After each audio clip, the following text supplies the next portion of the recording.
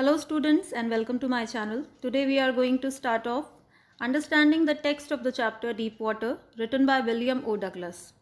This one is his autobiographical account where he recounts the experience he shared during his childhood and how that experience brought a trauma with it and how he overcame this trauma to learn how to be courageous. Here goes the text. It had happened when I was 10 or 11 years old. I had decided to learn to swim. When I was a pool at the YMCA in Yakima that offered exactly the opportunity. The Yakima River was treacherous.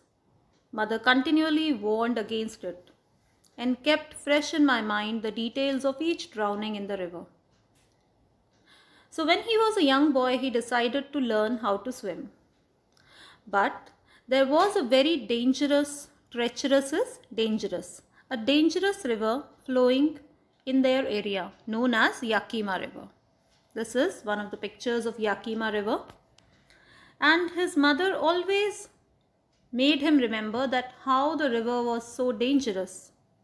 But the YMCA pool was quite comfortable. That is when the narrator decided to learn how to swim. But the YMCA pool was safe. It was only 2 or 3 feet deep at the shallow end, and while it was 9 feet deep at the other, the drop was gradual. So when we talk about a swimming pool, the slanting height can be very dangerous, very slippery, or the slanting height can be very comfortable also. So the YMCA pool, in that the drop was gradual, that the slanting height was quite comfortable to go through. So I got a pair of water wings and went to the pool. I hated to walk. Well, this is the picture showing you the water wings.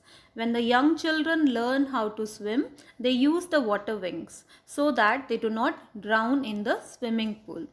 So he was a young boy, and with the help of the water wings, he was always in the water and started learning. I hated to walk naked into it and show my skinny legs, but I subdued my pride and did it. So when the narrator finally started to learn how to swim, he was quite a skinny boy, and he was quite embarrassed in front of everybody that how he was so thin. But then he put aside his pride and decided to learn properly. From the beginning, however, I had an aversion to the water when I was in it. This started when I was 3 or 4 years old and father took me to the beach in California. He and I stood together in the surf. I hung on to him, yet the waves knocked me down and swept over me. I was buried in water. My breath was gone. I was frightened. Father laughed, but there was terror in my heart at the overpowering force of the waves. This part is quite important. Why? Because here we come to know that how William Douglas developed an aversion towards water. Aversion means disliking.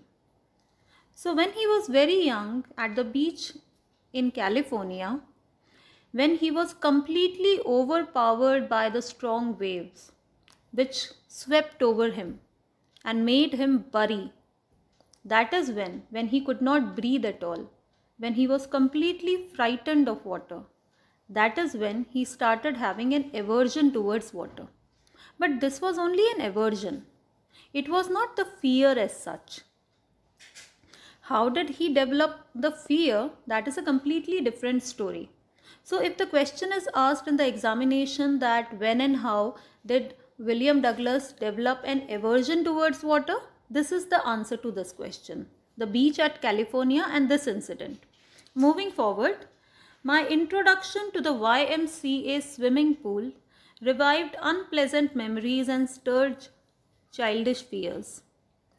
But in a little while, I gathered confidence. I paddled with my new water wings, watching the other boys and trying to learn by aping them. So though he was not very fond of water, still he decided to learn how to swim. And though the fear came back whenever he was in water, still he gained confidence after a period of time and started watching everybody else and tried to copy them. And that is how he started learning. Aping, A-P-I-N-G, here means copying, C-O-P-Y-I-N-G. So he started learning by copying others. I did this 2 or 3 times on different days and was just beginning to feel at ease in the water when the misadventure happened. So he was quite confident, he started learning how to swim, then suddenly a misadventure happened. What was the misadventure? That we will come to know. So what happened on one day? I went to the pool when no one else was there. The place was quiet, the water was still, and the tiled bottom was as white and clean as a bathtub. I was timid about going in alone, so I sat on the side of the pool and waited for others. See, in this paragraph there is an important part that the water was still and the tiled bottom was very clean and clear. Okay, do remember it. Later I will give you the reference of this particular part. And he was waiting, William Douglas was sitting there at the edge, waiting for others to come. I had not been there long when in came a big bruiser of a boy, probably 18 years old. He had thick hair on his chest. He was a beautiful physical specimen, with legs and arms that showed rippling muscles. So when he was sitting alone there came a big bully, a strong boy, around 18 years old. And he had those strong muscles all over his body and he was a perfect physical specimen. But this boy, our poor William Douglas, was a young boy, very thin, afraid of water, sitting all alone. So what did this young boy did? The strong boy, he yelled. Yelled means he cried. Cried is not the crying that with tears, but cried. He suddenly yelled, "Hi Skinny, how would you like to be ducked?" With that, he picked me up and tossed me into the deep end. I landed in a sitting position, swallowed water, and went at once to the bottom. So as the strong boy suddenly picked him up and threw him in the swimming pool at the deep end, William Douglas was suddenly frightened and he could not understand what had happened. He was shocked. I was frightened, but not yet frightened out of my wits. So William Douglas was suddenly thrown into the deep end of the swimming pool, and in such a situation, we suddenly lose all our intelligence, all our thoughts. Suddenly if something like that happens, you cannot understand what to do. You cannot decide how to save. But still, this is the human tendency that even if we are in a very bitter situation, we always have that wisdom, the slight wisdom, which keeps us awake. We have to save ourselves. We have to keep living anyhow. And that is when this young boy, William Douglas, while he was going down and he touched the bottom of the pool, that is 9 feet deep most probably, he suddenly had a plan how to save himself. On the way down, I planned. When my feet hit the bottom, I would make a big jump, come to the surface, lie flat on it, and paddle to the edge of the pool. This was his plan. That when he will hit the bottom, he will make a jump, reach to the top, and he will move his hands and legs, reach to the edge of the pool, and that is how he will be saved. So even in the direst of the situation, a young boy had a plan in his mind. This shows his common sense. This shows his wit, his wisdom, that how he used his mind to save himself in a difficult situation. So in the previous slide, this word came in the last line. The misadventure happened. And in this slide, we come to know what this misadventure was.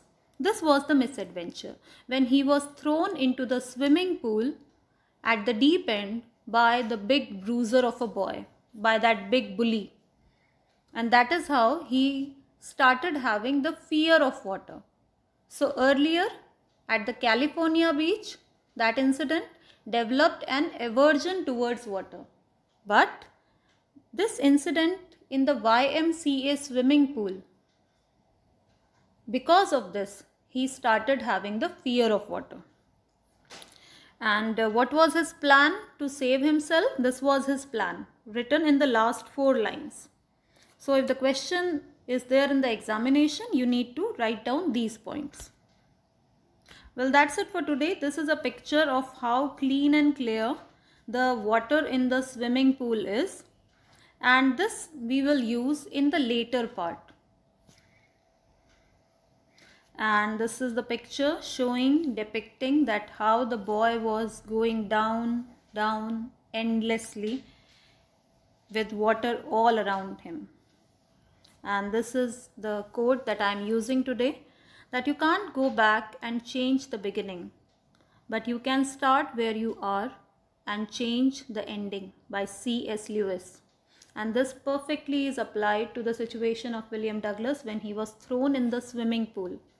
He could not change the beginning, but when he was in the water, he decided to make a plan and execute it perfectly.